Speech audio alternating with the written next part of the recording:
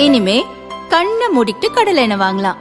ஏன்னா மந்த்ரா கடலை எண்ணெய் இதயத்தின் தயாரிப்பு. வறுக்க பொரிக்க ஏன் எல்லா சமையலுக்கும் மந்த்ரா தான். மந்த்ரா கடலை எண்ணெய், அபார ருசி, ஆரோக்கியமான உடல் நலம்.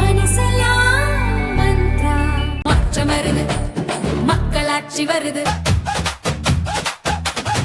நல்லாட்சினா எடப்பாடியார் தான். வாக்களிப்பீர் இரட்டை இலையே. தமிழக சட்டசபை தேர்தல் வரலாற்றில் திருமங்கலம் ஃபார்முலாவுக்கு அடுத்து பிரபலமானது ஈரோடு கிழக்கில் அரங்கேறிய பட்டி ஃபார்முலா. 2009 மதுரை திருமங்கலம் இடைத்தேர்தலில் பணப்பட்டுவாடா நடந்ததை மிஞ்சும் வகையில் 2025 ஈரோடு கிழக்கு இடைத்தேர்தலில் புது ஃபார்முலா விளையாடியது. ஒவ்வொரு ஓட்டுச்சாவடியிலும் பணிமனை அமைத்து வாக்காளர்களுக்கு பணம் மற்றும் 3 வேளை உணவு வழங்கப்பட்டது. அப்பகுதியைச் சேர்ந்த பொதுமக்கள் அங்கேயே தங்க வைக்கப்பட்டனர். அவர்களது பொழுதுபோக்கிற்காக திரைப்படங்கள் காண்பிக்கப்பட்டது. பிற கட்சிகளின் பிரச்சாரத்திற்கு மக்கள் செல்வதை தடுக்க இந்த ஏற்பாடு செய்யப்பட்டது.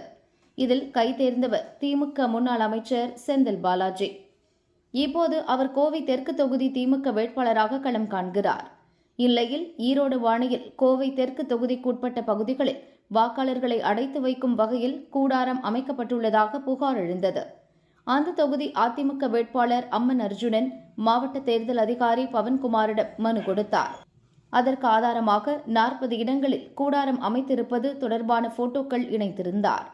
கோவை வந்த மாநில தேர்தல் அதிகாரி அர்ச்சனா பட்நாயக்கை அதிமுக வக்கீல் அணியினர் நேரில் சந்தித்து முறையிட்டனர். அவர் இது தொடர்பாக விசாரித்து நடவடிக்கை எடுக்க அறிவுறுத்தினார். கோவை தெற்கு தொகுதி தேர்தல் நடத்தும் அலுவலர் குமரேசனுக்கு தகவல் தெரிவிக்கப்பட்டது. எந்தெந்த இடங்களில் கூடாரங்கள் அமைக்கப்பட்டுள்ளன என்பது தொடர்பாக ஆய்வு செய்யப்பட்டது. அவற்றை அகற்ற அறிவுறுத்தல் வழங்கப்பட்டது. முதற்கட்டமாக 10 இடங்களில் அகற்றப்பட்டது. மீதமுள்ள இடங்களில் சுயேட்சை வேட்பாளர்கள் அமைத்துள்ள தேர்தல் அலுவலகம் என்பது போல் கணக்கு காட்டப்பட்டிருந்தது. இந்த சூழலில் கெம்பட்டி காலனி வைசியால் வீதியில் சுயேட்சை வேட்பாளர் ஹக்கீம் என்பவர் தற்காலிக தேர்தல் பணிமனை அமைக்க தேர்தல் பிரிவிடம் அனுமதி கேட்டுள்ளார். அது ஓட்டுச்சாவடியில் இருந்து 200 மீட்டர் தூரத்திற்குள் அமைவதால் பணிமனை அமைக்க அனுமதி மறுத்து தேர்தல் நடத்தும் அலுவலர் குமரேசன் உத்தரவிட்டிருந்தார். ஆனால் அனுமதி இல்லாமலேயே அந்த இடத்தில் கூடாரம் அமைக்கப்பட்டு தேர்தல் வேலைகள் செய்யப்பட்டு வந்தன. இது தொடர்பாக தேர்தல் பிரிவினருக்கு புகார் சென்றது. பறக்கும் படை அதிகாரி தியாகராஜன் தலைமையிலான குழுவினர் நேரில் சென்று ஆய்வு செய்தனர். அங்கு திமுக கொடிகள், போஸ்டர்கள், காலண்டர்கள், பிளாஸ்டிக் சேர்கள் இருந்தன. பறக்கும் படையினர் உத்தரவிட்டதை தொடர்ந்து அந்த கூடாரம் பிரித்து அகற்றப்பட்டது.